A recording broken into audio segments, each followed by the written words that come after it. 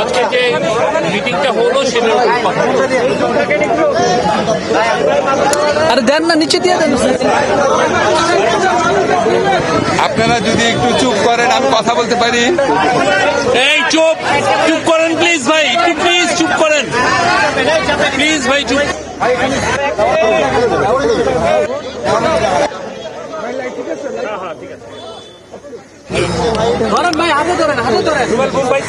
আপনারা চুপ করেন আমি বলি, প্লিজ করেন।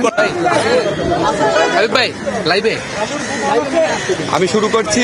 আজকে অন্তর্বর্তীকালে প্রধান উপদেষ্টা, মাননীয় প্রধান উপদেষ্টা ডক্টর মোহাম্মদ ইউনূসের সভাপতিত্বে জুলাই গণ অভ্যুত্থান ঘোষণাপত্র প্রণয়ন বিষয়ে একটি সভা অনুষ্ঠিত হয়েছে। এই সভাতে বিএনপি, জামাত, হেফাজতে ইসলাম, বাম মঞ্চ, বৈষম্যবিরোধী ছাত্র আন্দোলন, নাগরিক কমিটি সহ অংশগ্রহণকারী প্রায় সকল শক্তি এবং রাজনৈতিক দল উপস্থিত ছিলেন। এই বৈঠকে জুলাই গণ অভ্যুত্থান ঘোষণাপত্র প্রণয়নের ব্যাপারে ঐক্যমত পোষণ করা হয়েছে। সবাই বলেছেন এই ধরনের একটা ঘোষণাপত্র দরকার আছে, তবে এখানে অনেক সাজেশন এসেছে।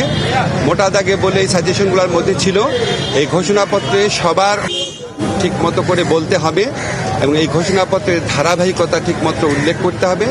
এই ঘোষণাপত্রের নেচারটা কি হবে, এটা পলিটিক্যাল বা রাজনৈতিক পলিটিক্যাল নেচার বা লিগ্যাল নেচারটা কি হবে সেটা গুরুত্ব দিয়ে যেটা বলা হয়েছে ভিত্তিতে জুলাই উত্থানের পক্ষে ছাত্র জনতা তাদের বিভিন্ন ফোরাম, এদের মধ্যে আরো ইন্টেন্সিভ, আরো অনেক বেশি আলোচনার মাধ্যমে সর্বসম্মতিক্রমে এটাকে প্রণয়ন করতে হবে, নেওয়া যেতে পারে। তবে চেষ্টা করা উচিত যাতে অযথা কাল বিলম্ব না হয়, অযথা সময়ক্ষেপণ না হয়।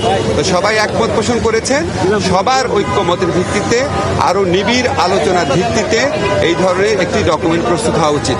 আমি সবাই আশাবাদ ব্যক্ত করেছেন যে এই প্রক্রিয়ায় আমরা সফল হতে সক্ষম হব এবং আমাদের জুলাই গণ অভ্যুত্থানকালে যে অটুট জাতীয় ঐক্যের মাধ্যমে আমরা ফ্যাসিস্ট গণহত্যাকারী সরকার শেখ হাসিনা সরকারের পতন ঘটিয়েছি, সেই ঐক্যের একটা ন্যারেটিভ ঐক্যবদ্ধভাবেই প্রণয়ন করতে পারবো, এই আশাবাদ ব্যক্ত করে আজকে সভা শেষ।